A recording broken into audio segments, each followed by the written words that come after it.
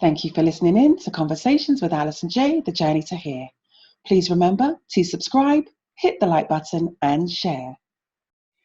Hello and welcome to another episode of Conversations with Alison Jaye. I'm your host, Alison Jaye. Today, I would like to welcome our guest, Yvonne. Yvonne is the author of Dreaming of a Life Unlived. As a woman of colour, Yvonne knows only too well the experience of being silenced to the point of being too ashamed to say that I am childless. But Yvonne now celebrates the woman that she has become through the power of owning her story, through her book, Dreaming of a Life Unlived, which is a collection of stories of women who have bravely documented their experiences, charting their journeys through grief to reclaiming their joy and finding a fulfilling life without children.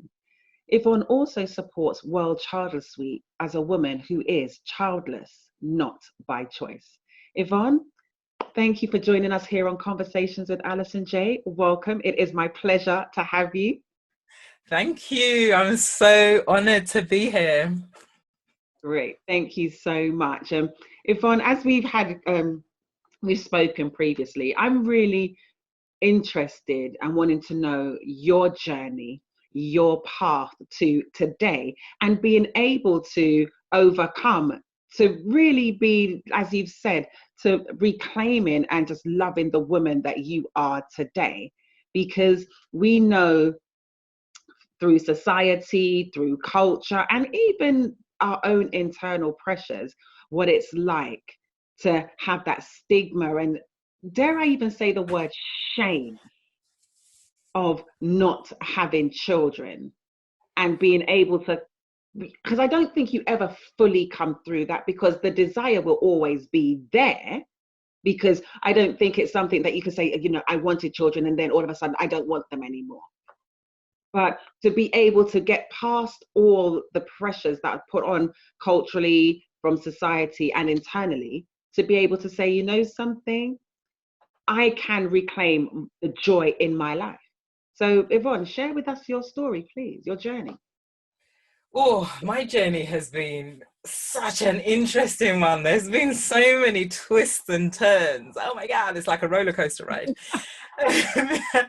So, I mean, in a way, whenever I get asked this question, I never know when to start, but I always really start from October 2014, because in October 2014, I remember sitting in front of a consultant. I had fertility investigations for a whole year, and at that point, I was at the end of that part of my journey, and I sat in front of this fertility consultant who told me I had unexplained infertility.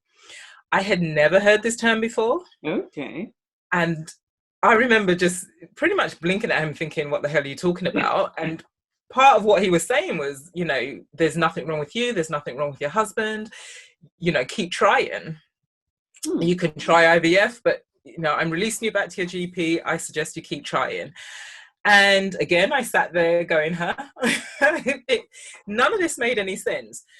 But I knew it was one of those moments where I knew in my heart that I would never become a mum. I would never give birth to my own child.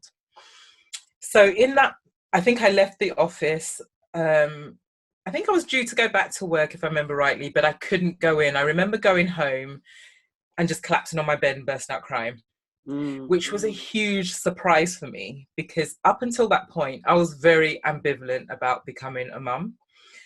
And so to be in that moment in floods of tears was just like a crazy surprise. It made no sense.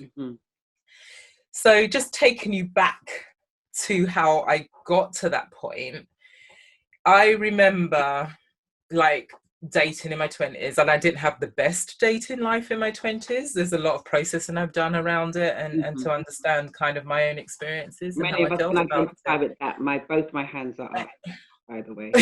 I've got feet up as well. Oh yeah. You know, and if you know, for me, there were some nice times. I'm not going to say it was all horrible, but I think being a young woman who didn't know who she was, okay, therefore entering relationships always changing myself for whoever I was with, because I didn't understand, as I said, I didn't know who I was. I didn't understand my worth.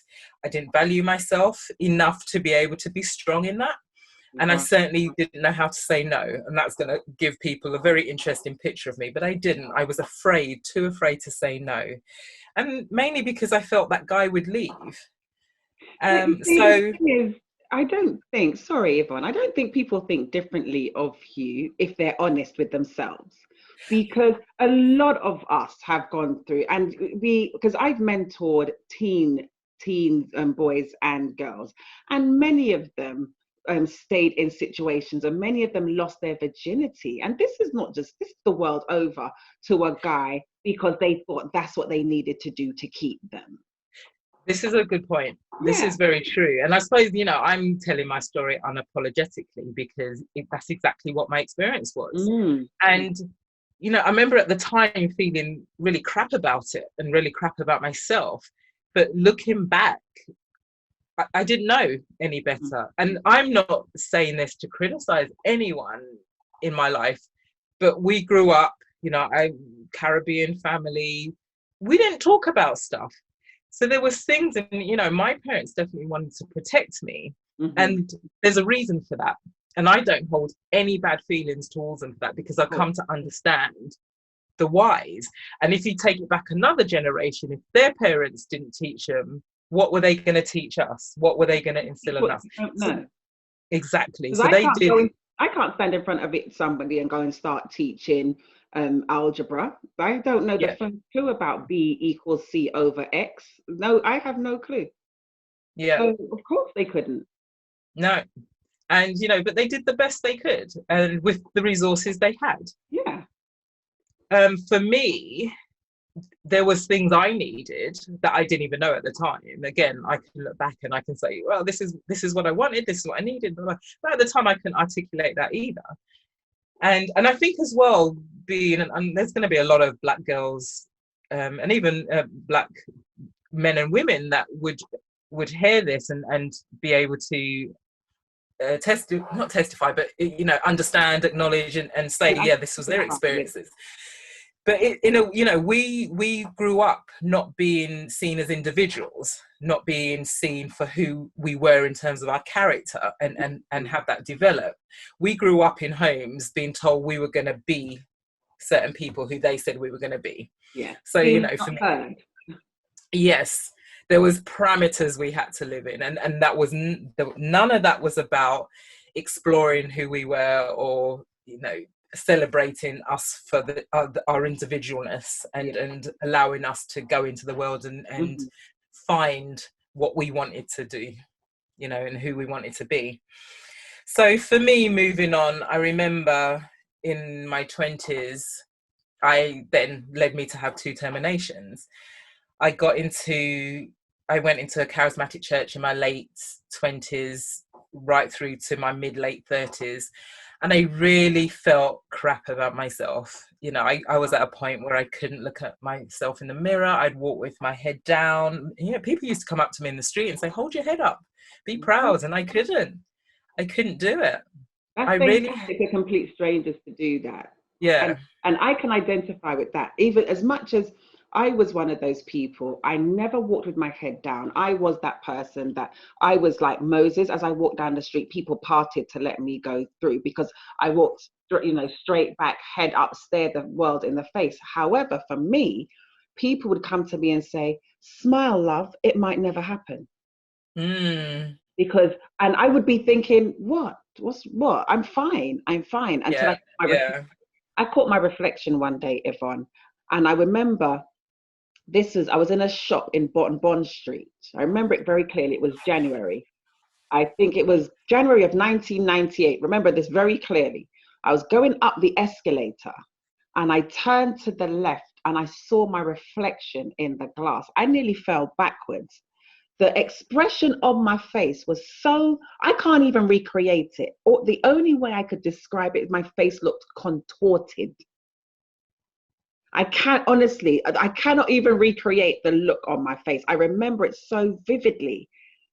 And I thought, that's what people see.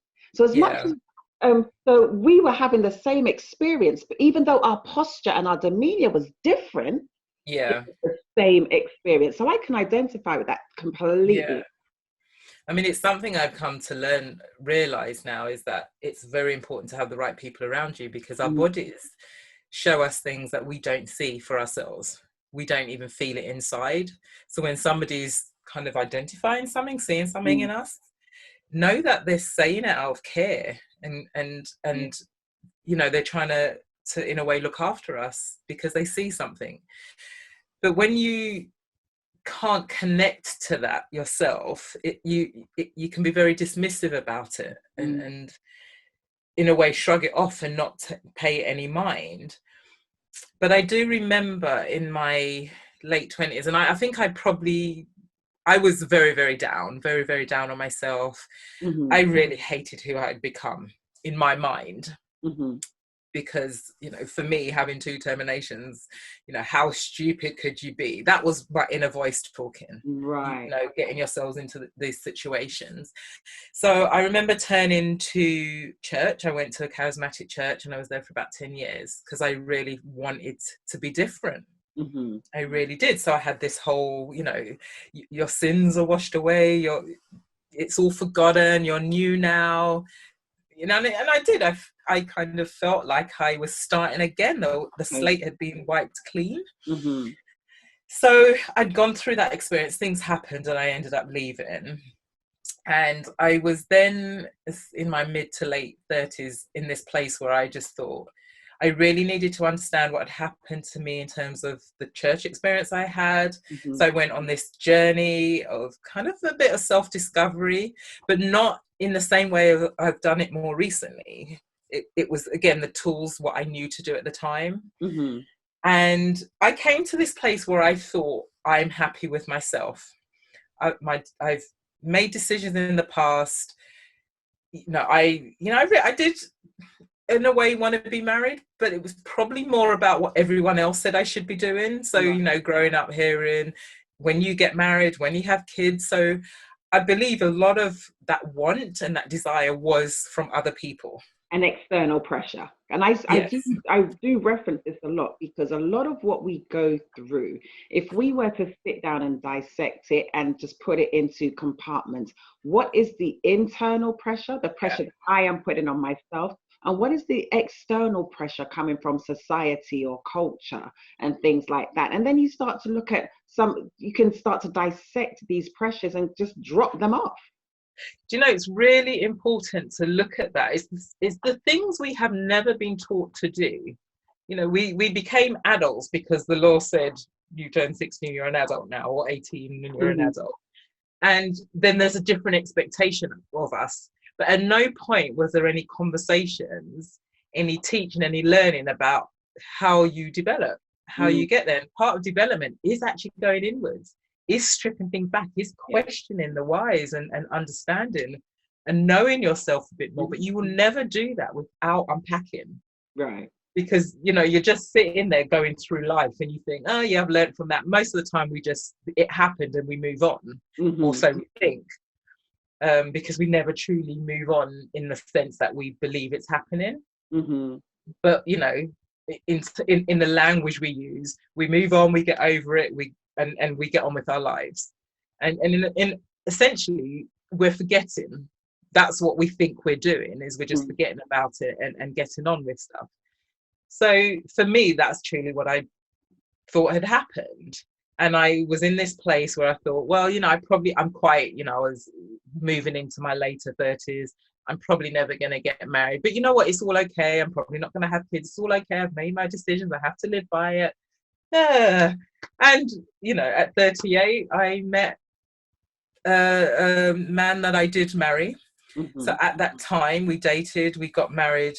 I was 39.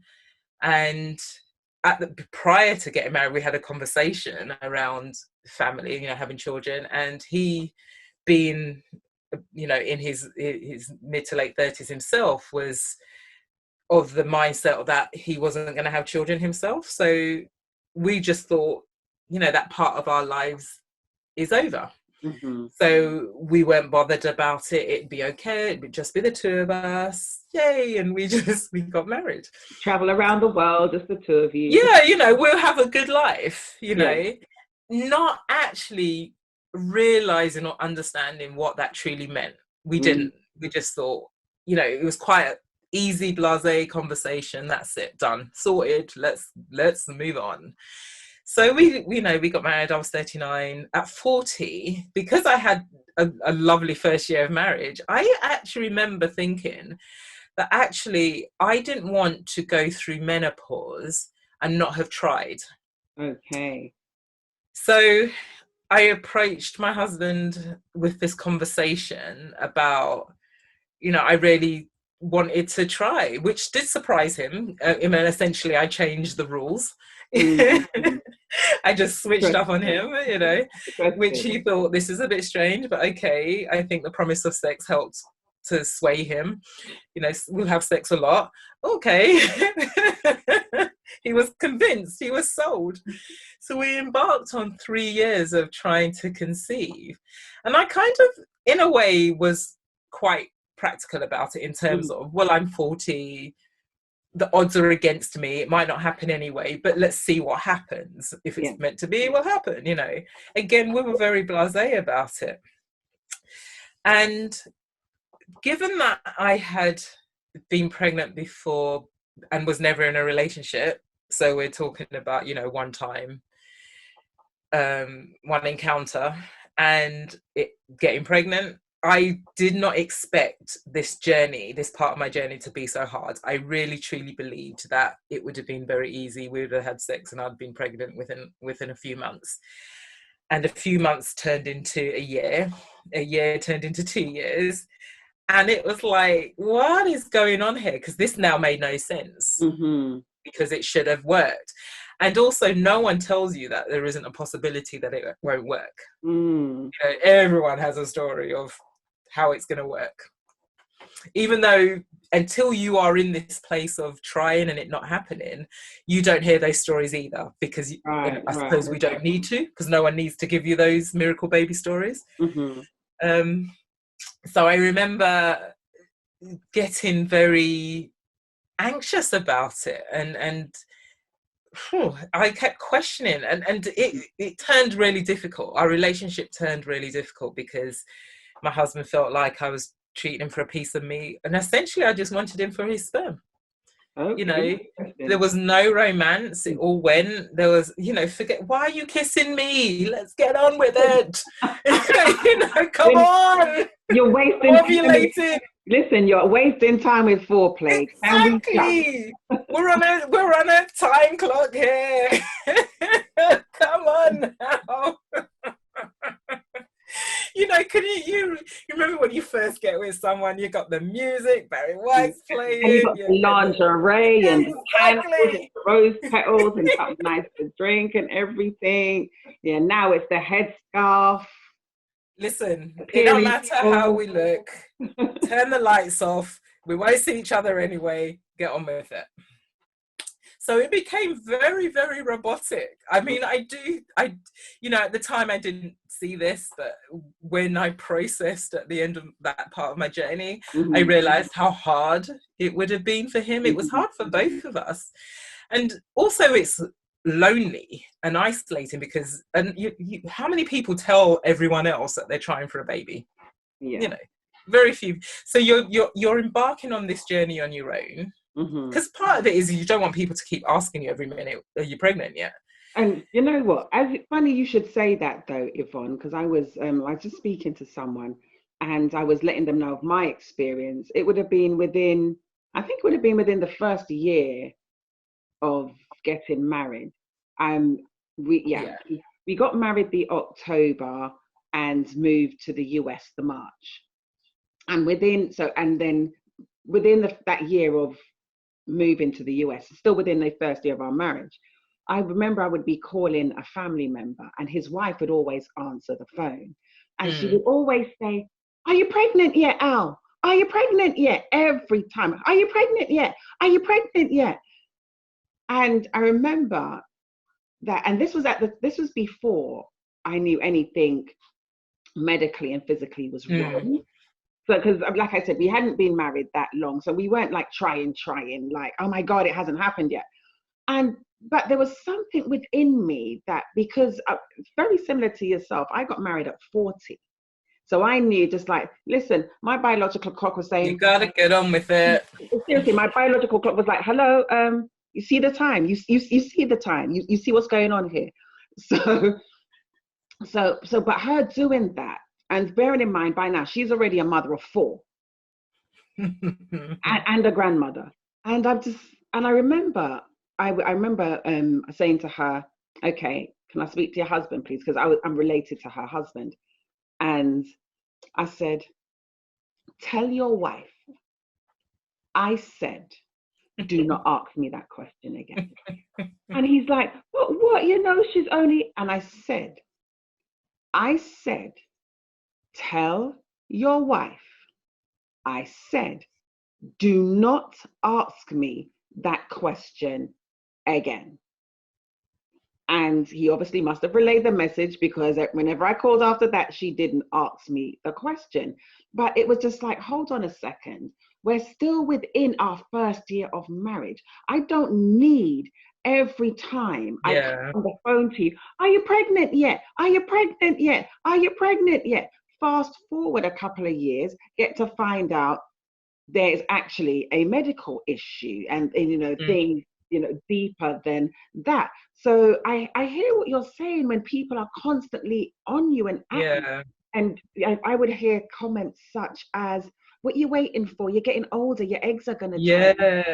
And you know, you just want to say to people, let me explain something to you. Stay out of my uterus, stay away from my eggs, they're none of your business. Thank you, though. Thank you.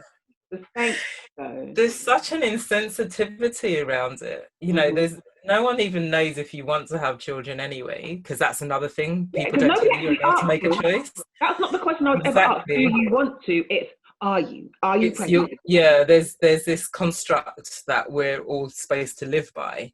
So therefore, you know, I call it the scripts. You do this, you do this, you do this, and the next, you know, then you get married, then you have kids. And there's no option for anything else. And you know, and we see that with how women grieve the loss of motherhood. And you know, I remember having people put babies in my lap and go, oh, you need the practice. Like, oh, and I was really at the height of my grief when this was happening. You know, people did not know. And then when I told people, I think I got a bit insulted and upset when I did start to tell people, when I got to a place where I could tell people what I'd been going through. And that's only because at this point I was in Gateway Women, I was doing the Plan B mentorship program, so I was working through my grief. And that's a term I tend not to use anymore, but I was working through it, and so I was in a place where I felt stronger to be able to say, this is what's been happening. And then people will say to me, oh, I didn't think you'd want children. So they assumed. And I was like, what? And it almost, that part of it was because of my age. So at this time I would have been 44. So at 43, I got the diagnosis. And that was in October. In December, I did my first workshop with Gateway Women, and then in February 2015 I started their Plan B mentorship program. So somewhere along in 2015 I was starting to be more open. And so I would have been, as I said, 44. And I think people were doing this because of your age. We didn't think you'd want to have children. And I realized people weren't asking me if I'm pregnant yet, because they were assuming I didn't want to, or they assumed I was just too old and it wasn't happening. And that was it. And I was like, I'm really insulted by that. That hurt. It hurt to kind of realize that as well. So the thing is, there's no middle ground between either of them for anybody actually taking that step and asking you, oh, so do you want children? How comes it hasn't happened for you yet? Nobody's asking the right questions. It really is. If you think about it, even though they're asking, are you pregnant yet? That's still an assumption, because you've got some women that are not trying and they're not pregnant and they don't want to have. And then you have those women that are trying, that do want to have. So even that question is just people just being, just making assumptions. Nobody's asking. It's a bit like, what's that movie with Will Smith? I, Robot? You're asking the wrong question. Oh, yes. Nobody's asking the right question. Yeah.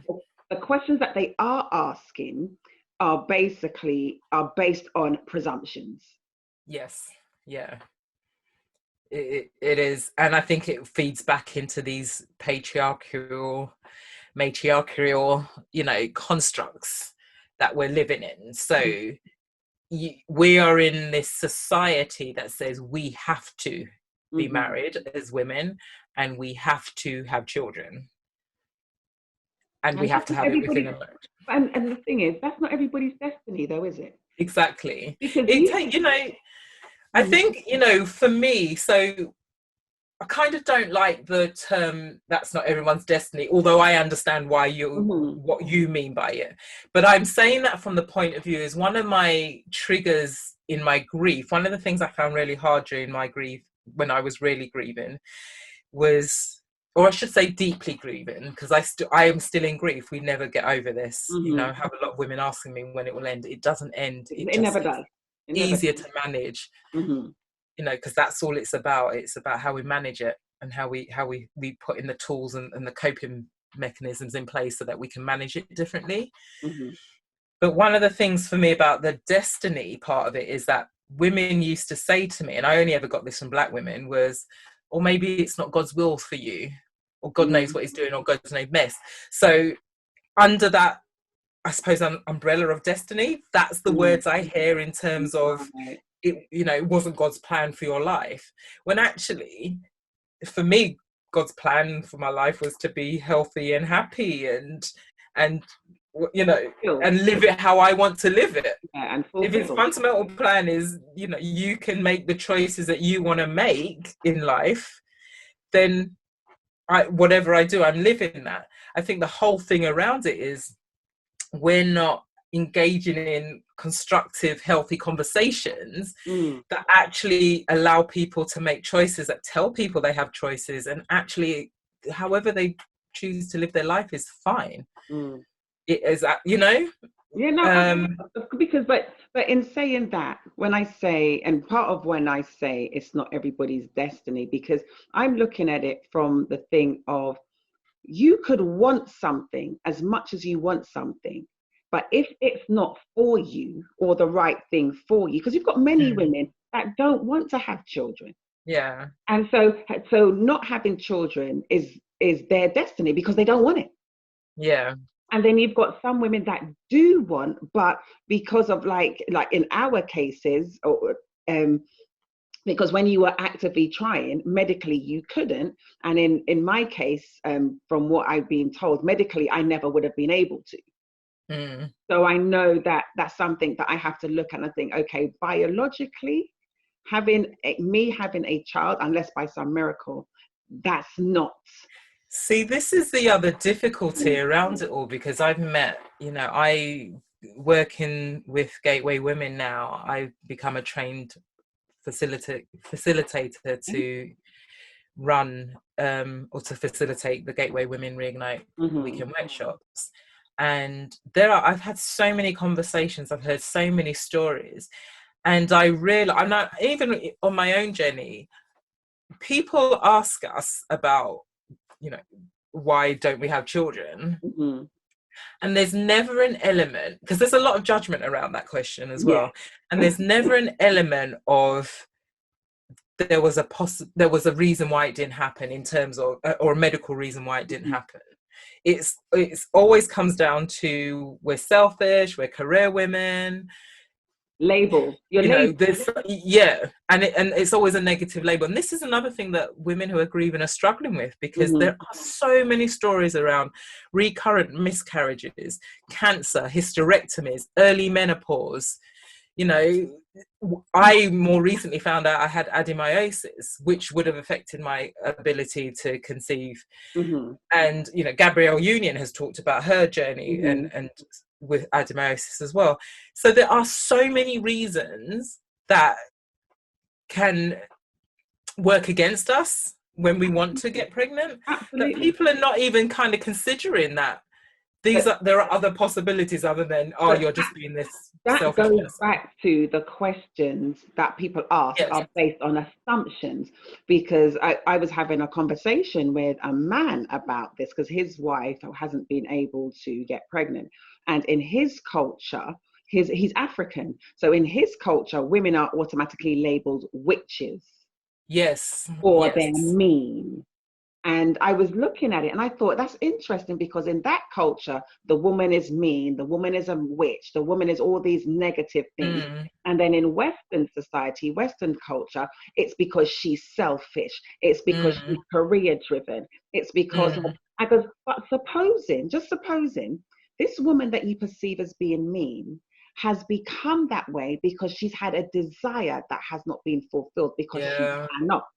So therefore she became bitter, and it was because it was internalized. Yeah. Just supposing that woman that is career driven woman became that way again because she was not able to have a child. So what she did, she threw herself into her career. Both of those are ways of masking the pain. And I'm not saying either one of those are fully healthy, but people do at times. But it happens. Sometimes people have to do what gets you from Monday to Tuesday to Wednesday to Thursday. Sometimes if that's all you can focus on to get through each day, I would recommend people get the healing and the counseling that they need. But sometimes before you can get to that, you have to just put in a mechanism to get through each day. And don't get me wrong, there are those women that are bitter and mean, not because they can't have children, just because they're just bitter and mean. There are those, let's not get it twisted here. There are those women. And there are those career-driven women that are that way not because of any other reason other than their career is their life. They do not want to have children, and that's it. So you do have those. But here's the thing. The assumption is everybody falls under that umbrella without anybody asking the question. The question's based on presumption. Yeah, and the problem with all of this is that the women, it's almost like us as childless women without children, who are all childless not by choice, are labeled in that way, which is seen as very negative. But there are mothers who are doing the same thing. Come on, there are mothers who are selfish. There are mothers who are career different.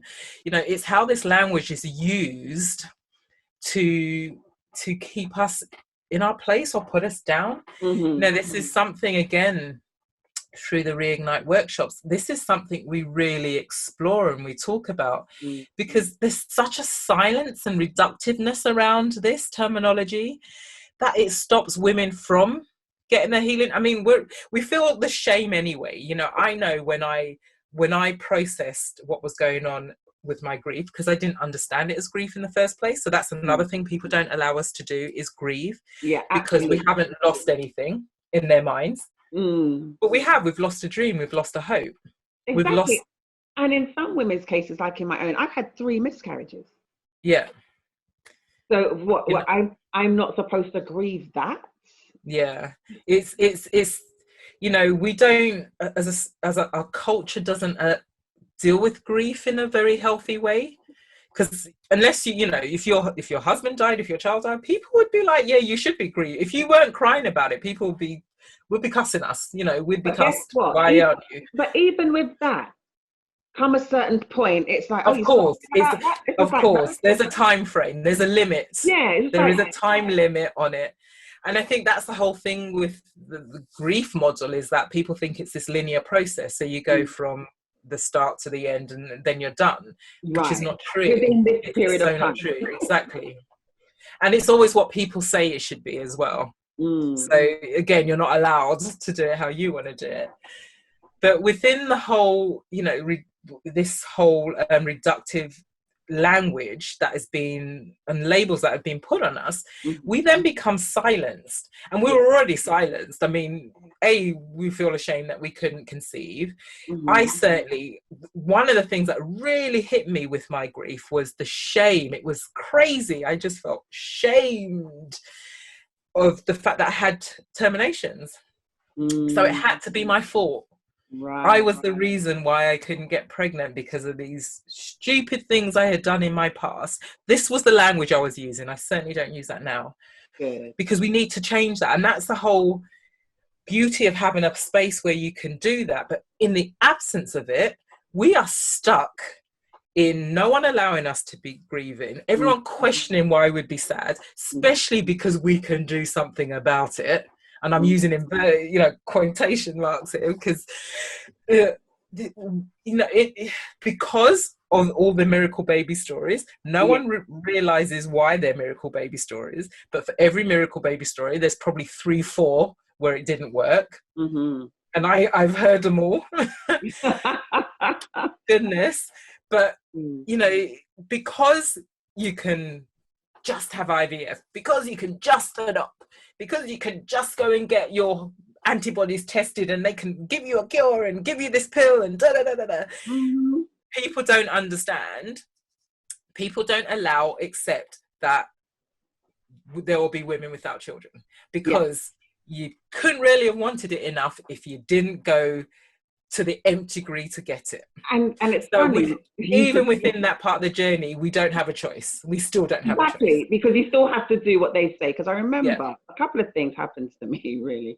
It's that after the difficulties and everything, it was just like, so why don't you just adopt then? So I just thought, I tell you what, I'll just go and pop down. The next time I go to the mall, I'm just going to go into one of the shops then, just pick up a baby, shall I? Because it's that easy. I'm just going to go pick one up.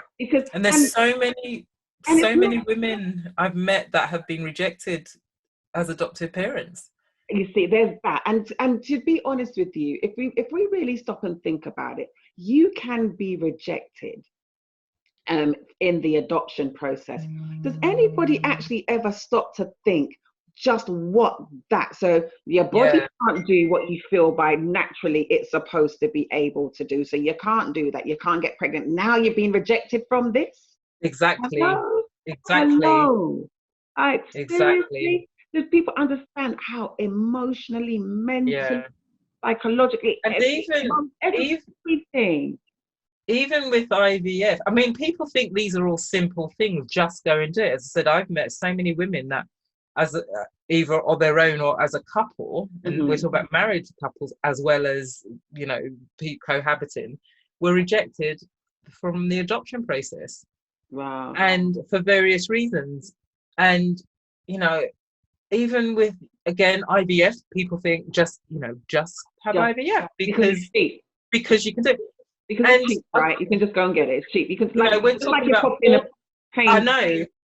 And we are talking about 4 to 8 grand per cycle, and it depends where you go, because you can pay up to 20. Oh, sorry. Did you say 4 to 8 grand, as in 4 to 8,000 pounds? £1,000, yeah. Oh, okay. And it can go up to £20,000 because it depends where you go and if on the clinic. So it does vary. And also, we're talking about a process that does crazy things to your body because all the hormones you put in. So you're having to hyperstimulate the eggs, and I'm sure I've got that term wrong, but and people will understand what I mean by that. And also, there's a 75% failure rate. Hold on, sorry, 75%. 75%, yeah. Wow. So that's why these are miracle baby stories. Wow. I think people, and I'm not going to knock anyone, exactly. People have got to do what they feel best for them. I would knock anyone for doing, for whatever route they take. But the point is allow people to make the choices that they need to make that best serves them. Yeah, without the added pressure. Exactly. And I know for myself, because I've had the question a lot about why did you not consider IVF? Did you not want to adopt? And that it was horrible to actually be in those spaces, because I felt I had to justify it. And therefore, in that justification, I felt I was being judged for not wanting it enough. I didn't, and I actually questioned, even myself, I was questioning myself, did I really want to be a mum? Because I didn't go down these routes. And, one of the things I realized was that, again, through my grief work was that, because I questioned, why did I want to be a mum? So many questions came up. Why did I do this? Why did I make this choice? And I realized that I needed to grieve before I could make any other choices. And to going through that process then allowed me to be in a place where I felt that I didn't want to do anything else, because that was healthy, that was the best thing for me. And also my marriage was falling apart. Right. So to then be going, oh yeah, let me try IVF with this fragile marriage, or I couldn't, that's such an emotional journey in itself. And I've watched women go through it. I've known of women, I've heard their stories, I've known of close friends go through it. It's hard. And do you think your marriage would have survived that pressure? I don't. I think it would have been trying to put a plaster over this very massive gaping hole. And it probably would have, I would have had to stretch the plaster to just touch the ends of each gap. But it wouldn't have, no, I couldn't do it. I was emotionally low. I was coming through this grief. Then I was grieving the breakdown of my marriage. It was hard. It was really hard. And I just couldn't. And also, I could, think about this adoptive child coming into this home where we're not even stable. You can't do that. I'm sure people would have seen through it. I don't know. I really don't know. But for me, it just wasn't a possibility. I had a lot to work out, and I had a lot to heal from, and so the option of doing that wasn't there. So, and then also I'm talking now, I would have been 45, 46, 47. So, then I was of an age where I was starting to like who I was, and I was starting to get my mojo back. As again, the silence keeps us in this place of brokenness. And I see this outside of childless journey. I see this in so many people where they're well, I'm not broken, I'm fine, I'm okay, and they've come out of really difficult situations. You cannot be in any situation, any relationship. You can't leave it and leave it whole, because you've left a piece of you there. And I think we're so fragmented from all the experience, whatever experience we go through, and also our past comes back up. So if we actually haven't dealt with past and healed and learned from it, we carry that on. Absolutely. We cannot do anything other than carry it on, and we're doing it so unconsciously because we're not aware. And again, go back to the language, go back to our teachers. We're not taught about this, so therefore we don't do anything about it, because we don't know we have to or need to. But I think all that stuff, I think there's a moment in life, and for me it was realizing I wouldn't be a mum, and I've seen it with a lot of other women too in terms of the childless journey, is there's that moment is the trigger. It's almost like you implode, and all of that stuff, all sorts of stuff come into this grief, and you need to start unpacking it, because it's heavy. That grief around, I see these women, they're heavy, they're sad, they're broken, because they really wanted to be a mum, and it's not going to happen. And I'm sure, I'm sure in some cases as well that their marriages may not have survived pressure of it. So you've got these women, like you said, they're heavy carrying, or not heavy as in weight heavy, but they're just like psychologically, the emotional journey, they're weighed down emotionally, mentally, and then of the grief that they're going through, not being able to have had a child, and then in some cases their marriages didn't survive. There's all sorts, so and that's another sad part of it, because I remember at some point earlier on in my journey, my grief journey, somebody said to me, "Oh, but it's really great you and your husband are doing it together," and we weren't. That was part of my sadness. You know what? That's exactly what I wanted to ask you, because I wanted to ask you, you're in this journey that you were going through, because you having adenomyosis, you realize that, hold on, so it's me that can't get pregnant, not him. and I know you can't speak to his emotions, his feelings, and his journey on it, but if you can, where was he in this? What, how was it? Did he share with you how he was feeling? What was happening for him? No. At the beginning, I shut down. I had a lot of resentment towards him. I literally did shut down. He felt it. Okay. And he did at that time think I was, she's gonna leave me. What's going on? But I was really struggling with understanding what I was going through. I couldn't articulate these words that I didn't understand. All I knew is I was just sad all the time, and I wanted to cry all the time. And if somebody told me they were pregnant, I would go off and cry. If I was on a train and saw young families, I'd want to get off and cry. It was crazy. It was horrible. It was crazy.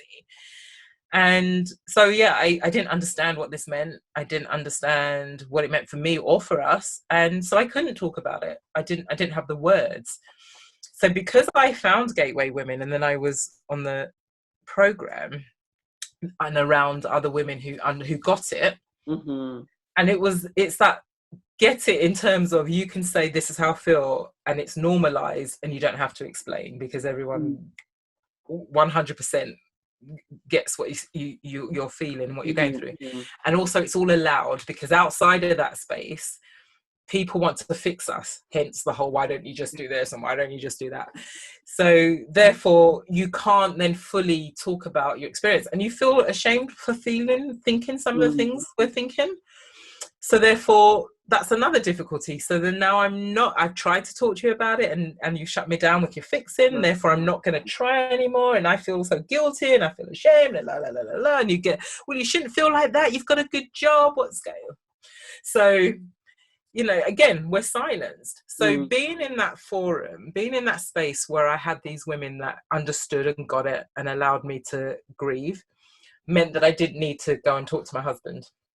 So therefore I stopped talking to him. And that was part of the rift in terms of what we experienced at that time. So for me, again, feeling the resentment, part of it was because I didn't see him grieving. I didn't see any sign of he wanted this as much as I did, that he was sad about it. So I just really hated on him.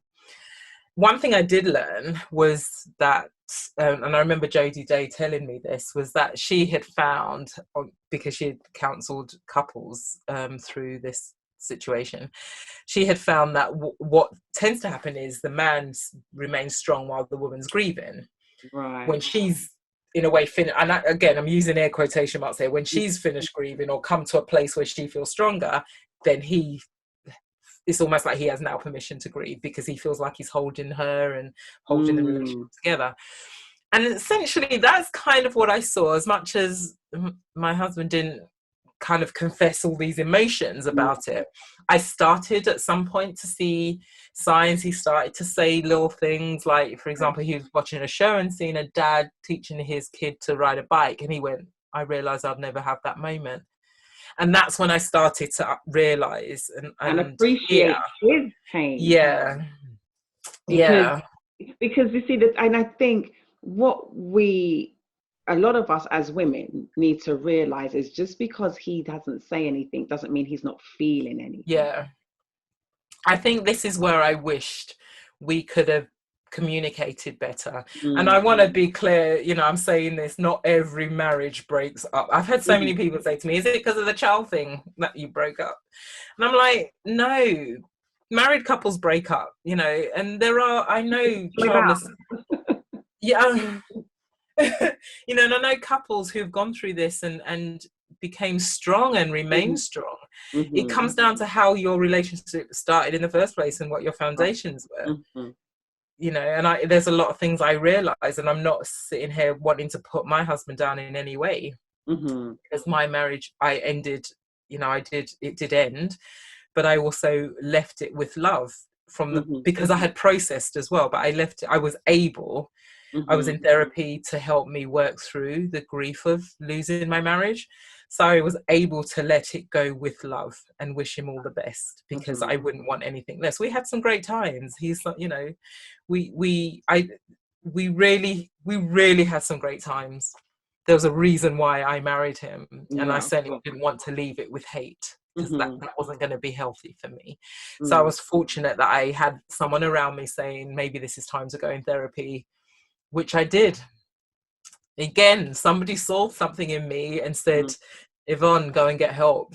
And I listened, and I'm so glad I did, because it really helped me to process. And all that, you know, the grief work I did with Gateway Women and Jodie Day, the grief work I did through my therapy sessions really helped me to open up, to be honest, to be vulnerable, to own my story, because in the absence of that, I would never have healed.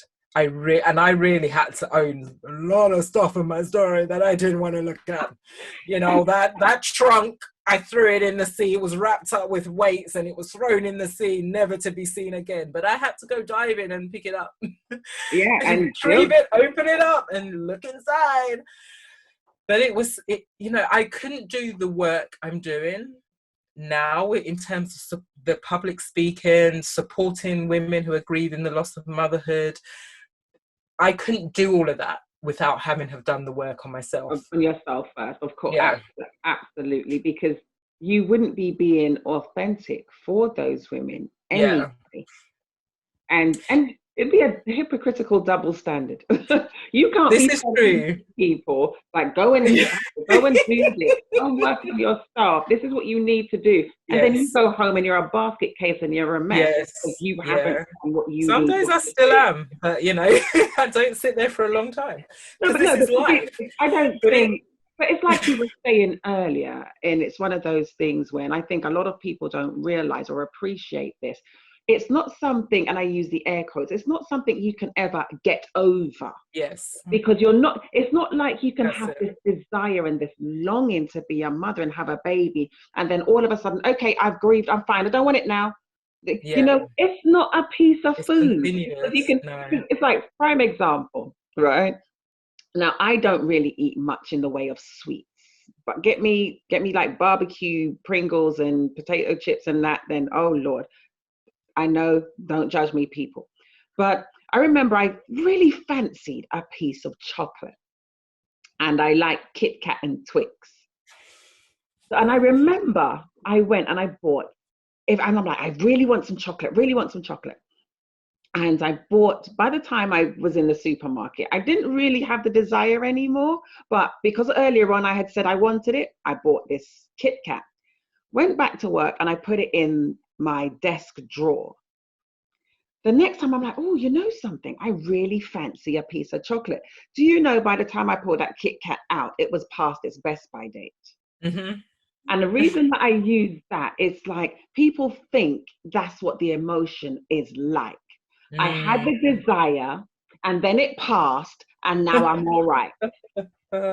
And it's not like that Kit Kat where I really, really, really wanted it. Yeah. By the time I got it, I'm like, and then the desire had passed. I could just put it down and show it. Yeah. It's not like this that. Is true. No, this is true. There's times I still struggle with pregnancies and newborns. That is my real trigger. Yeah, I've never touched a pregnant belly. I'm not there. It's like, no. I would have. There was a time when I would have been all up in there, but now, no, I won't. I can't hold a newborn. I will cry.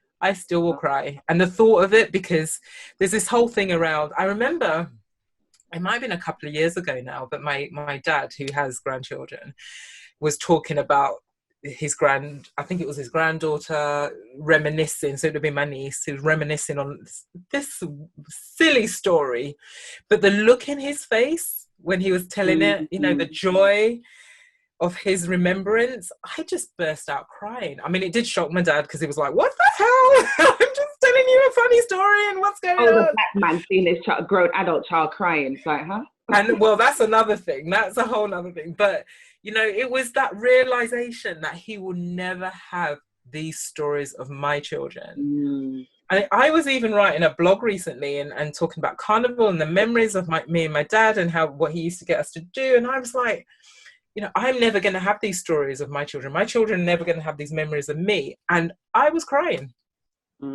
because it is that, there, you know, we had a hope.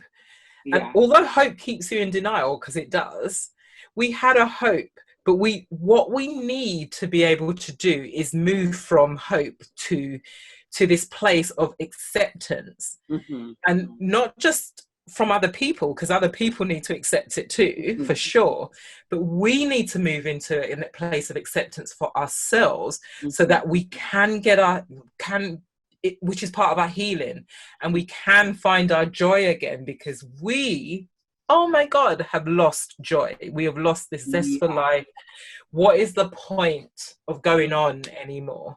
And so we do, you know, we need it. We need it. And I have found that, particularly as a Black woman, that because I'm out there speaking about it, because I'm visible and being very vulnerable with it, it's giving other women, Black women, Asian women, permission to talk to. Now, not everyone's going to do what I'm doing. I know that. But even just to be able to say to a friend, to a family member, I'm struggling here. I couldn't have children, or, you know, whatever the version of the story they want to tell. But even to own it, that's huge. It is huge. I've come across so many Black women that have contacted me and said thank you. And also because culturally, we don't talk. Exactly. You know, don't talk about problems outside of the home. And that's just it. And sometimes, forget about outside the home, we don't talk inside the home culturally. This is true. If you're not talking inside the home, how in the world are you going to speak once you get inside? And this stuff is huge. So again, if we're not talking about the small stuff, we're not going to talk about the big stuff, for sure. We need to feel safe to do it. And again, Black people don't want to talk to white people about stuff.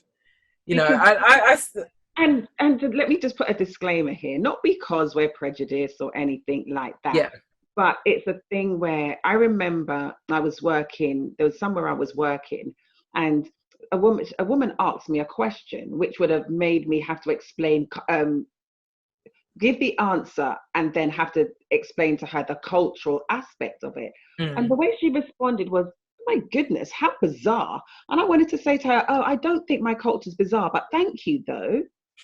You know, and because sometimes if you're speaking to another Black person, if I'm speaking to somebody whose family's from Jamaica, there are some things I don't have to try to explain. And then there's some, and in explaining it, I won't feel judged by those things that you're thinking that my culture's weird, my culture's strange. And I think for some parts of it, so just so people don't think that Black women don't want to speak to white women because we're prejudiced, that is not it. It literally is because it's an affinity. You want to speak to somebody that you have an affinity with, that looks like me, that sounds like me, that may have had some of the same experiences as me, in the sense of, I could talk about something that we ate and was like, well, we were all eating oxtail rice and peas. I don't want to have to then... You don't have to explain. Yeah, I don't have to explain it, because then we probably move off topic and start talking about how our mothers cooked oxtail, for goodness sake, and exchange recipes. So it's having that affinity and that cultural understanding, because and like I was saying to you, in African culture, the woman's considered a witch, considered mean, and all the rest of it. So speaking to another African lady that would explain that without clutching her pulse, thinking, oh my God, that's the worst thing I've ever heard. Witch? That's right, And that's a lot of what it is, that cultural aspect. There's an understanding that we are looking for. As Black women, when we're talking about our stuff, and that's, you know, exactly what you've described. And here's another thing, you know, we're stereotyped so much. There's so many unconscious stuff going on, you know, so there is a trust element to this as well. And when we're being stereotyped, you know, angry Black woman comes to mind, because that's one I tend to experience a lot. But angry Black woman is one, you know, when we're being stereotyped to such a way, and why do we want to be so vulnerable in that space? Of course. Absolutely. You know, if I think about my childhood and things that I heard growing up, as, you know, even, you know, how much we're dismissed as children in the school system, and then, you know, then as it goes on into the workplace, if we're experiencing that so much for everyday stuff, how are we then going to be so vulnerable when we really need help and understanding? We're not going to do it because we've lost the trust. And there's a, you know, so Yvonne, did we lose it? Was it ever there? Did we probably, I would say no. I would say it was never there. Do you see what I mean? So we didn't lose it. No. You're right. And, you know, it's something because I was asked the question. I remember Jodie Day, I think it was in 2018, approached me and said, Yvonne, why don't Black women talk to me? Which I thought was crazy, because I'm like, well, I'm talking to you. And I do, you know, hey, I talk to white people. Come on. This, you know, I think we're trying to give an example, show what's happening. In terms of our culture and how we are in some respects existing in certain spaces that we're in. We're perceived in those spaces. Yes. And, you know, I remember reflecting back, because I really, you know, Jodie and I have a very good relationship, and her asking me that question took me aback, and it really made me think about stuff. And then I had conversation with my Black friends, and I was like, oh my God. So when we started talking about our history, our past, our childhood, it all started to come together and make sense in terms of what I was talking about, the lack of trust, because, you know, we were always being put down. You know, I remember at school. Absolutely. Have you considered being a shopkeeper? You know, I wasn't good enough to do A-levels. You know, I was rejected to do I mean, I have a master's and a diploma in management, but I wasn't good enough to do A-levels. But So we were good enough to win all their medals in sports, though. But and I was pushed to be into sports. I remember being pushed into sports at school. So when we're being stereotyped in such a way, we're learning not to trust. You know, it keeps being reinforced. We probably already had those messages. We did have all those messages before. We could go right back to slavery and start to look at how these messages panned out. Because, you know, I remember a counsellor friend of mine, we were talking about this, and when we kind of looked back at slavery and the fact that, okay, you know, what Black person was being vulnerable and exposing themselves in terms of, you know, I'm hurting, I've got these needs or whatever to white people, because who was going to listen to them? What do you mean, who was going to listen? They didn't have the platform or the opportunity to even begin the conversation. Much there you go. Audience. There you go. You know, we didn't have the space to talk about our problems. It was just get on with it, because they didn't want to listen.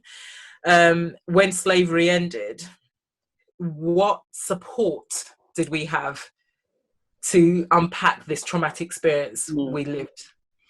And, you know, Dr. Joy Geary, and I know I pronounce her surname wrong, who does studies on post-traumatic slave syndrome, talks about this a lot. But, you know, we lived with the genetic memory of slavery. We have that genetic memory, we have that body memory. And if we've got it, white people have it too. Right. So if you see it playing out in things that are happening now in terms of how, again, the racial profiling, the how we're stereotyped, you know, they looked Black, so they must have been guilty. Or sorry, not looked Black, they are Black, so they must be guilty. They have that kind of face. And, you know, I've experienced being kind of labelled as the angry Black woman, and you must be wrong, you are wrong, or you've done it the wrong way, when I was the one actually that was being treated badly. Yeah, of course, and having all of, you put all of these ideas forward for pieces of work, and next thing you know, they've hired a white guy to do all the ideas. It's like, hold on a second.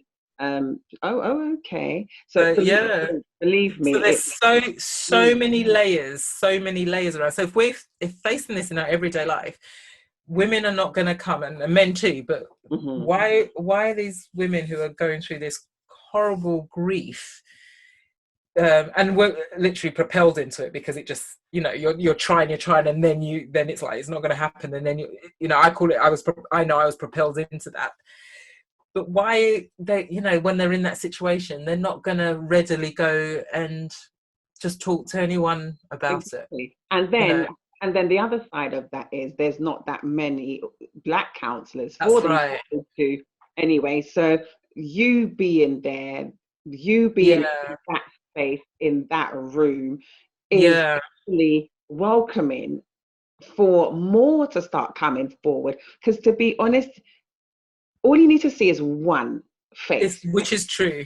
All you need to Because see is that one face, that one person that you feel that you have that affinity with, yeah. for people to start coming, and then there will be more in that space. Yeah. And that is where you come in, Yvonne. Not to put all this pressure on you, not just, you know, no pressure, Yvonne, no pressure. I remember at the start, I was like, I don't speak for all Black people.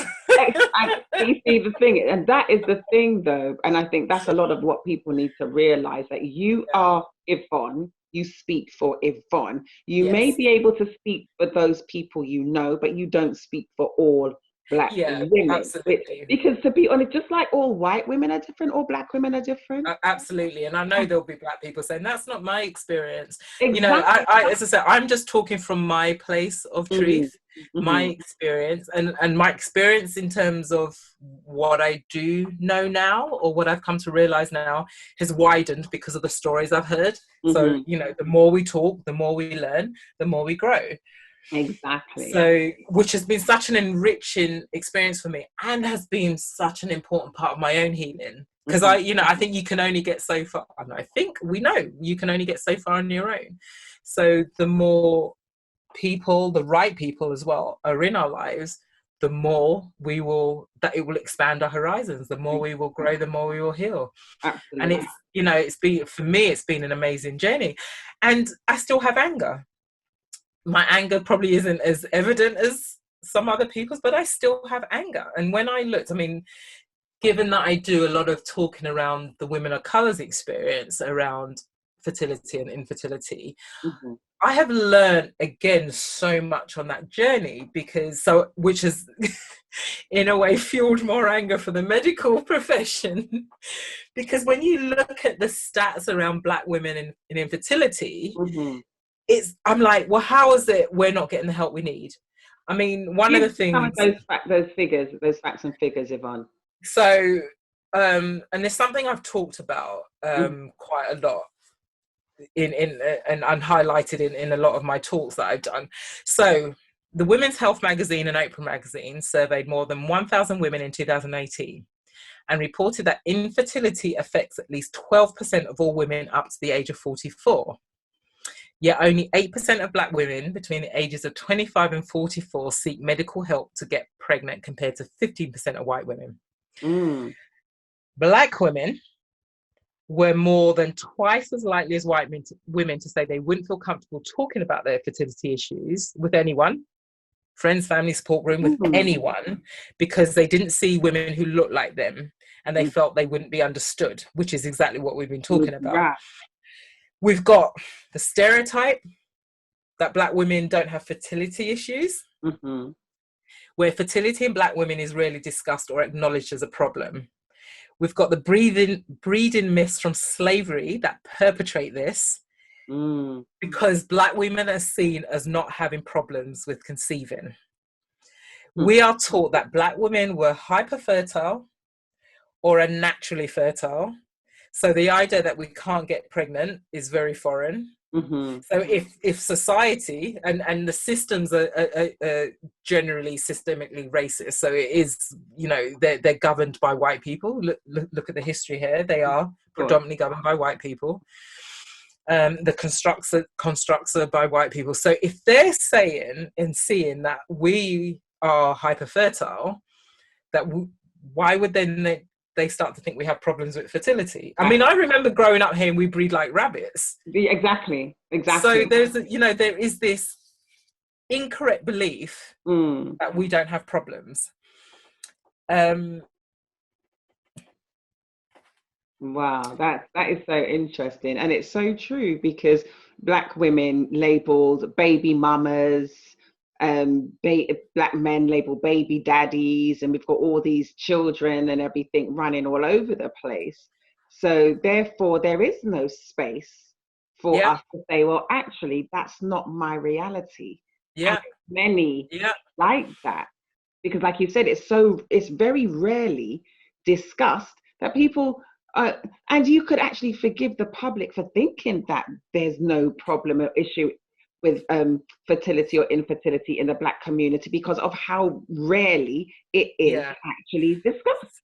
So we go on. I mean, exactly that. And this is one thing I realized, again, from my own journey and then researching from that one question, why don't Black women talk to me? Mm-hmm. I started to look deeper into this. And, you know, there are studies that show that Black women suffer from fibroids 2 to 3 times more than white women. Yeah, that I knew, yeah. Yeah. Black women tend to experience fibroids at a younger age and are more often severely than white women do. Mm-hmm. And again, we've got other things that affect our infertility or affect our fertility, such as endometriosis and adenomyosis, which we touched on before, cervical mucosis problems, our age, recurrent pregnancy loss or miscarriages, unexplained infertility. These are at higher rates in Black people. So, you know, if I'm sitting there thinking, I can read this and I see these stats, why am I going into my GP's office and them not knowing this? And it's funny you should say that, because I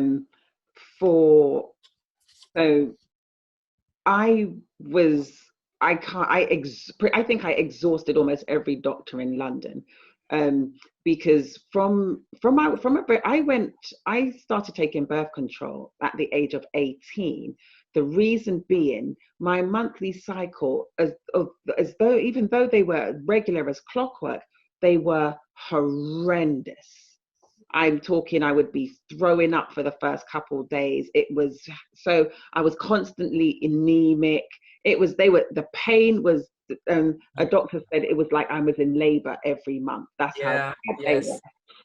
So at the age of 18, I decided, because before I was 18, the doctor said the only way to help is going to be birth control. And obviously my mom's like, oh no. So I didn't go on it. But you see, the minute I hit 18, I think I was 18 and one day, I was in that doctor's office like, give me that prescription. Give me that. I want it. And so I was on that. But yet it masked it, but it didn't fully help. And I went to doctor after doctor. I went to Harley Street. I don't even remember how I even paid for it. I ended up going to see a doctor on a Harley Street. I went to Chelsea and Westminster, top gynecologists, private gynecologists all over the place. And all they were doing was they were scanning me and checking for fibroids. But because they didn't find fibroids, they were just like, oh, we don't know. And then it's not until I moved here to the US, and a friend of mine who's originally from the UK, she said to me, Alison, demand a laparoscopy. Didn't know what that was. I looked it up. So I went to my gynecologist and I says, I would like a laparoscopy, please. And he's looking at me like, well, why do you want that? And I'm thinking, first and foremost, don't question me. Because, you know, here in the US, my insurance is paying for it. I'm paying for it. You're not going to be out of pocket. Don't question me. You see my medical history. And I said to him, because I'm tired of my monthly cycle constantly putting me in hospital. He did the laparoscopy and he says, oh, you have adenomyosis, but you do have 2 options. I'm like, I have options, great. He said, your options are either have a hysterectomy or learn to live with it. Those were my options. And like you said, I've never heard of adenomyosis. And and like you were saying, with those statistics, with those facts and figures, the fact that I had to go and ask for that, the fact that I was constantly, both here in the US and in the UK, I was constantly going to the doctor. The amount of times I was taken to the emergency room. There was one time, and this is going to sound horrible and graphic, and my apologies, listeners.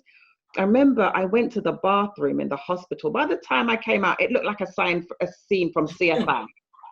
I was like, you know, it's one of those, I came out of there like, oh, I'm sorry for whoever's gonna have to I tried to clean it up, but it was literally like somebody being murdered and everywhere. And so they kept saying to me that I was having a miscarriage. I'm like, no, I'm not. they kept telling me, you have it. I'm like, my name's not Mary. I'm not doing anything to be pregnant at this point. No, I'm not having a miscarriage. So they did the pregnancy test, came back, says, oh, you're not pregnant. Surprise, surprise. I think I told you. And then so they basically, they said that my monthly cycle was like, I was in labor and having a miscarriage every 21 days. Because it was, but yet nobody thought to do any further investigation to see why this is even happening until I was in my 40s. And I went to a doctor and I said, can I have a laparoscopy? Yeah, it's, you know, you wouldn't be the first. I definitely had to push. I even had to push for fertility investigations, and I was 42, 43 at that time. You know, even then they were like, well, keep trying. I'm like, I'm of an age when actually they should have just been on that straight away, you know. And I had to lie. Well, I've been trying for years, and you know, I had to lie just to get what I had the right to have in the first place. And similarly to you, I had really, really bad, really crappy periods. I mean, I got to this place where I couldn't function without painkillers, and I'd have to overdose just to have manageable pain. I was on codeine. I was never. I was I was on codidromol. After I remember taking that and thinking, I can fully understand how people get hooked on prescription drugs, because the way that made me feel was just like, oh,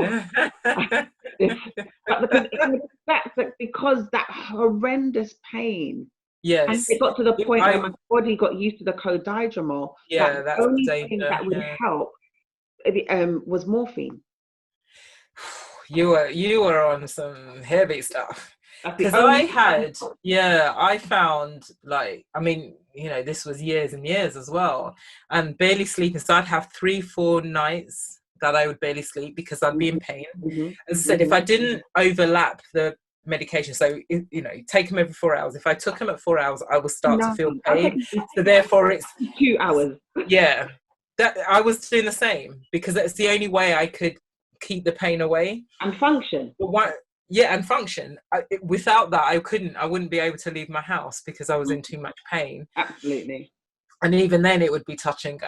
And then the flow was very heavy. So I was on tranexamic acid, which actually, I remember somebody telling me, white lady. No, I remember white lady telling me, you know, that was a lifesaver, her going on it, stopped her periods, she could function. I was like, what? That didn't stop mine. In candy, you know, just pop in some. Yeah, didn't stop mine at all. It just sometimes made it a bit more manageable, but I would still flood. I'd still leak. And then my periods in the last 2 years got very strange in terms of it would, you know, I would be on for 2 weeks sometimes, which was very odd for me. And then I would go down to light, so I'd be on a panty liner because I'm thinking it's a light day, and then I'd flood. So I was like, so I'm not prepared. So it really changed. But you know, again, I'd go to the GP, nothing would. They didn't even bat an eyelid at it. You know, just here's the tablets, here's the prescription. Yeah. And you know, and I remember when I was before you've even sat down. That's right. And I remember because I had fibroids, so I remember my when I was having the fertility investigations, because I'd known I'd had fibroids for years, and therefore it came up again with the fertility investigations. To the point where they're like, oh, let's remove them because of, you know, I'm trying to get pregnant and they can affect your chance of getting pregnant or conceiving. So then I had a procedure. Then so while they were doing this investigation procedure, they were going to move the fibroids, but then turned around and said that because of the position they're in, they can't get them. But it shouldn't cause you any problems. Again, just bye, see you later. And they thought nothing of it. It wasn't until I got so anemic that a GP phoned me up and said, you know, your iron stores are, and my hemoglobin was low, my iron stores are really low. And at this point, and I had been like this for a good while anyway, I'm like exhausted all the time. Doesn't matter how much sleep I got, I'm exhausted. Then when I'm on my period, wouldn't sleep for like 2-3 nights because I'm waking up in pain, or I had to change, you know, I'd be up every 2-3 hours. Yeah. And then struggle to get back to sleep. So I was barely sleeping. So yeah, I was functioning. So I was barely functioning, you know, walking up a hill, I'd be out of breath. Like, and I'm I fit. walk up a flight of I exercise, yes, you know, and needed 2 blood transfusions. Yeah, it's crazy. And I got to this place where I started to have iron infusions because my iron was so low. And then I got in front of another consultant. So my GP's like, I want to investigate it. So I ended up in front of a consultant who then said, you know, fibroids can be misdiagnosed. So she wanted to do an MRI. So she did the MRI and found out I had fibroids and adenomyosis. And that kind of re-triggered some grief when I found out that could have affected my chances of conceiving. So it was really hard to go through that. But then, you know, as I said, I have my anger towards the medical profession because no one is looking at me as a Black woman saying, hang on, there's some stats that work against you. So we need to have more urgency. We need to, exactly. But to be honest, Yvonne, even without the stats though, come on, let's think about it. I know. Without the stats, you keep, let's use the medical term, the fact that you keep presenting over and over again with this thing, the fact that, like yourself, it was one of those things where I remember, like I said, when I was in the hospital and they thought I was having a miscarriage because my flow was that heavy, and I'm telling them no. And they says, oh my gosh, this is flooding. I'm like, well, the fact that that's what you see this, the fact that you realize that you were giving me morphine, and the morphine wasn't even lasting more than 20 minutes before I was in pain again. And that's when they said to me, it's literally like it's the equivalent of like I'm in labor every month. That's how severe the pain is. And the flow is the equivalent of me actually miscarrying. That's how heavy it was. And I've been on iron treatment since the age of 16, if not earlier. So the fact that, like yourself, having these iron infusions, having blood transfusions, because my blood count was so low, a nurse said she doesn't know how I walked into the hospital. She says I'm supposed to be going into organ failure and be in a coma. And the fact that all of that, so forget statistics. My medical history was not saying, well, you see, this is the difficulty in terms of this systemic racism that we see in these systems, because that alone is going to stop us from getting the help we need. You know, the stats just show what we already know. Really, you know, because it's they you know, I remember when because again, you know, having the adenomyosis, I was, just because of fibroids, I was told my only cure was a hysterectomy, and I went crazy over that one. Yeah, it was a male consultant who had told me this. So again, you're kind of thinking, you're a woman, you've got fibroids, let's get rid of your womb. And I really resisted that. And I remember, so then when I did have the adenomyosis diagnosis, again, I was told the only cure is a hysterectomy, which I did find out was true in terms of when I did some research. I realized, okay, this is a fact. But one consultant wanted to try other things. She wanted to try a marina coil. So I went to another consultant because I just wanted to get a second opinion. And so I'm in front of a white male consultant. The female consultant was an Asian lady. So I think that's what helped in terms of how she looked at it differently. But this white male consultant just looked at my notes and he went, your womb is too diseased. There's nothing we can do. And I lost count. I remember I did a talk recently for Endometriosis UK. And I remember saying during that talk, I lost count of how many times that man said I had a diseased womb. Wow. It was horrible. I mean, I think that's all I remember hearing, to be honest. I couldn't tell you anything else other than the fact that I have a diseased womb. And to hear that, oh my God, I have no words to describe how crap I felt, actually. It just added to my grief. I'm like, and at this point, because this is another thing, you know, we're going to go through as women who couldn't have children for whatever reason, was that we're going to have this very disenfranchised, fragmented, disjointed, I could use a whole heap of different words here, relationship with our wombs. Yeah. You know, because our wombs didn't do what it should have done. Our Mm. bodies didn't do, you know, even though in our bodies itself, it didn't do what it should have done as a woman. Mm. And I remember, because I was so glad I was in therapy, actually, because I had a lot to process. You know, again, now I'm childless. I'm dealing with the grief of, you know, not becoming a mum. Mm-hmm. And then my marriage is breaking up, so I'm dealing with the grief of that. And then I'm told, hey, you're going to lose your womb.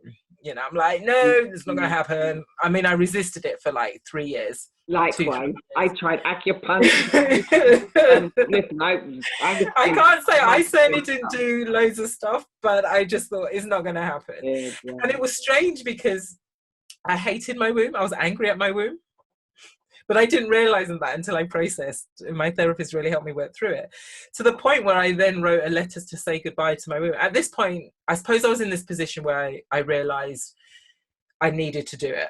I needed to have the hysterectomy. And I have a good friend who said to me, Yvonne, don't look at it as losing your womb. Look at it as losing the pain and having a better quality of life. Yeah. Which helped me. And again, this is why we need to have the right people in our lives.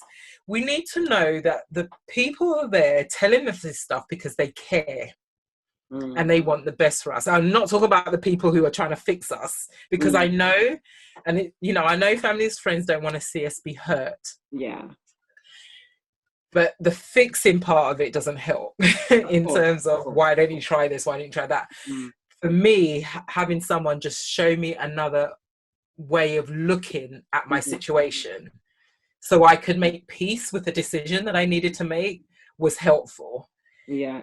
Because I couldn't have done that on my own. Yeah, I can appreciate that, because I think for me, it was all the iron infusions,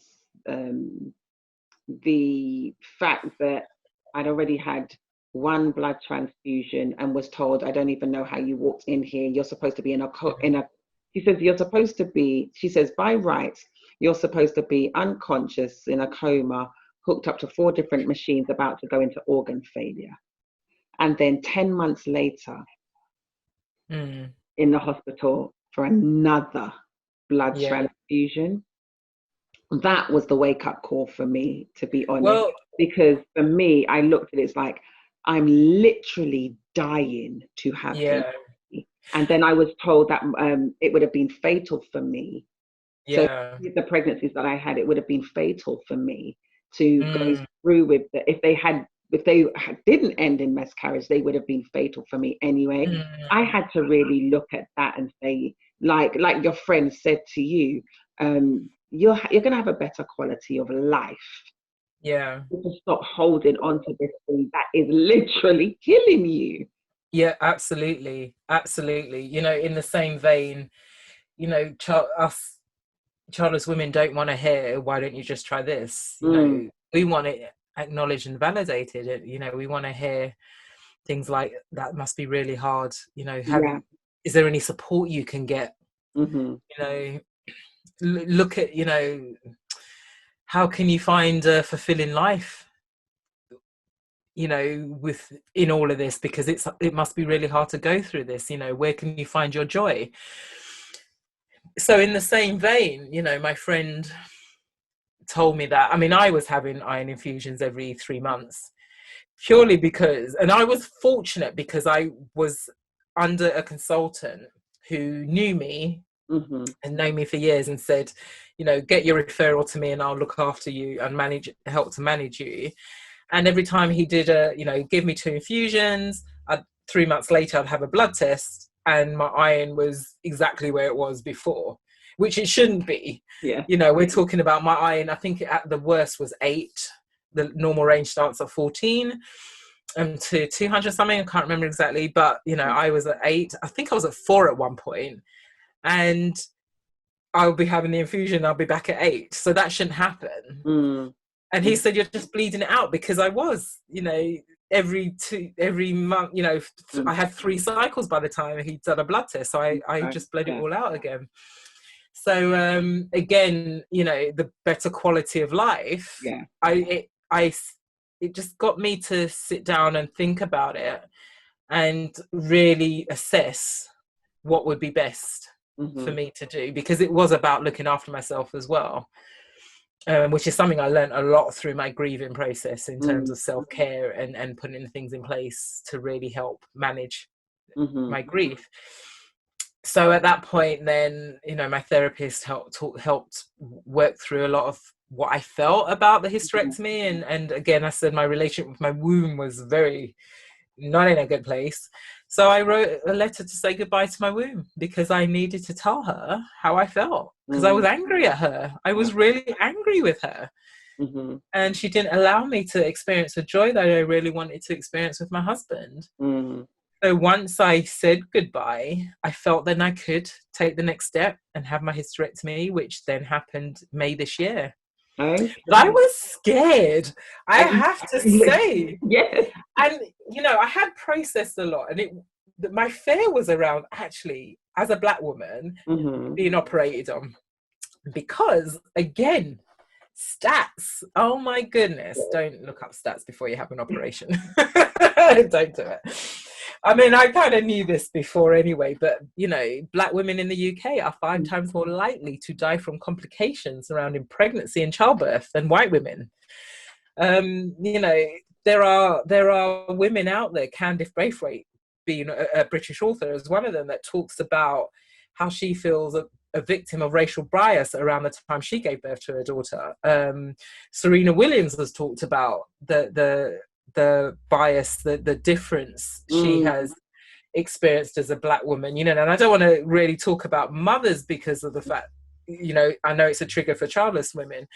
However, you know, I'm just using these as examples to show what's happening in the system.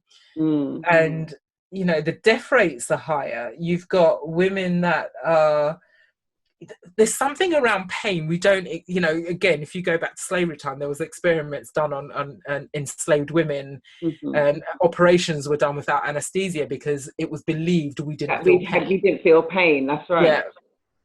So there's this thing around, you know, how we are not looked after in the same way as white women.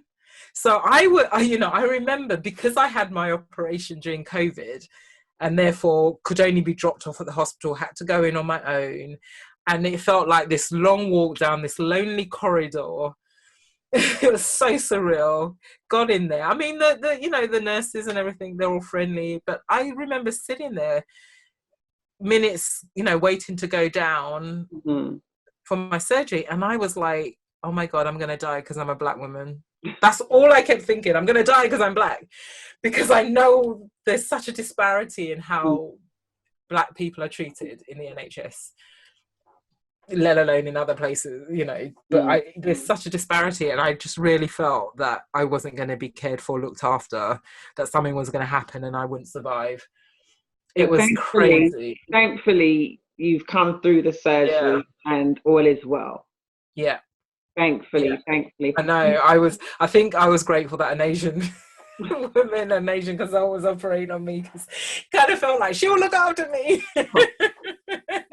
So Yvonne, tell me, so now that you've gone through all of that and you brought us right up to May of this year, what's next for you? Yay. What's next? Well, I still facilitate the Reignite weekend workshops, which has gone online now. So it's been a new learning for me to be trained and run them online. I am still on my healing journey. So I'm participating, hopefully, if the numbers are there, participating in a retreat. I'm doing the Bridge retreat in November. And I'm really looking forward to that, because again, it's another layer of my healing that I'm ready to explore now. And I think on my to-do list, I'm going to do a TEDx talk next year. So I need to, now that I've said it, I've got to do it now, don't I? But I think, you know, my journey has been so great. I mean, more recently, just to take a step back, I was interviewed, a journalist contacted me, Vicky Allen, in July, August this year. She had come across my blog. Somebody had recommended, so she was writing a book with another lady, Kay Adams, and she came across my blog and thought my writing was amazing. I love that. I think if nothing else came of it, a journalist thought my writing was amazing. That was a highlight. But she wanted to interview me. She felt that she really wanted my story to be heard and wanted me to be a part of this book. The book is called Still Hot, and it's about menopause, stories of women, 42 different women talk about menopause and perimenopause. Mm-hmm. And at that time, I didn't think I was perimenopausal until, again, it shows how much, when we don't talk, we don't know. Yeah. And I realized that a lot of the symptoms, even my periods getting worse, not being able to lose weight, so many experiences that I'm having around my body that I thought, that I heard people say, oh, it's like that when you're in your 40s, even memory loss, because I never use, if I don't write it down, it ain't happening. I've become very forgetful. But for me, it was like that happened in my 40s. And now I realize it's because I'm perimenopausal. So I got to understand a new experience with my body that I didn't realize before. And I was interviewed for the book, which came out this week. Okay. It's available on Amazon. It's called Still Hot. Still Hot? Okay. Still Hot. Yeah, and authors are Kay Adams and Vicky Allen. Nice. World Menopause Day in the UK is on Sunday, the 18th of October. Okay. So it's come out in time for that. So that has been and there's a lot of high-profile women, Angie Greaves being one of them, who we would have grown up with on Choice FM in our 20s. Yeah. Yes, and there's a lot of high-profile, influential women in the book, and I'm like, I'm one of them. I'm telling you. The great thing about it is I now get to tell people it's official. I'm still hot. I think they're going to get a bit frustrated with me soon, but. That is funny. And Yvonne, where can people find you? So they can find me via my blog, Finding My Plan B. I'm on Facebook under Dreaming of a Life Unlived, and on Instagram as Yvonne. So Yvonne with Y.Von J. Okay. Yeah. Great. Or just Google me. Yvonne, Google Yvonne John, Still Hot. Yvonne, I'm going to do that. Definitely going to do that. So, Yvonne, it has been an absolute pleasure sharing with you and speaking to you today. And I'm just looking forward for the TEDx to come.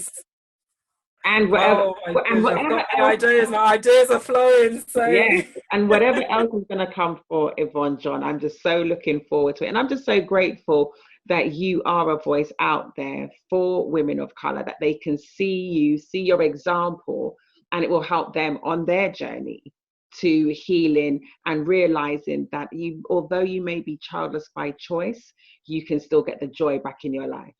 Yes. Great. Thank you so much for reaching out and asking me to be on your platform. So thank you. You're very welcome. It has been an absolute pleasure. Yvonne, thank you so much. You're welcome. Thanks.